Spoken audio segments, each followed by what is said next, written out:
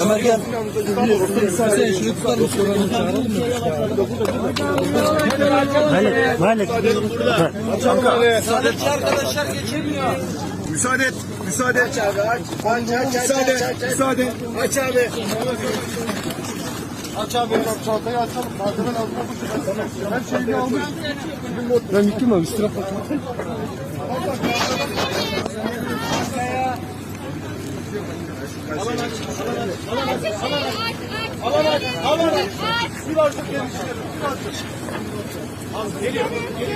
Tam biraz geriye. Ayaktan mı verelim?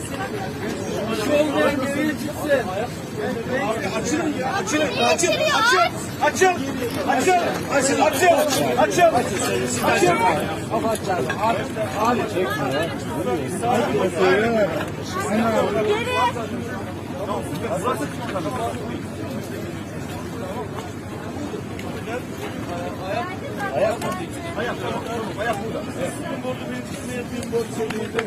Canı yatırıp duruyorum.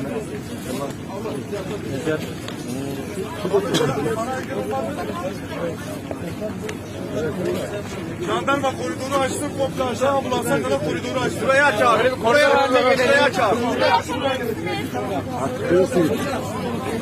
Geç abi.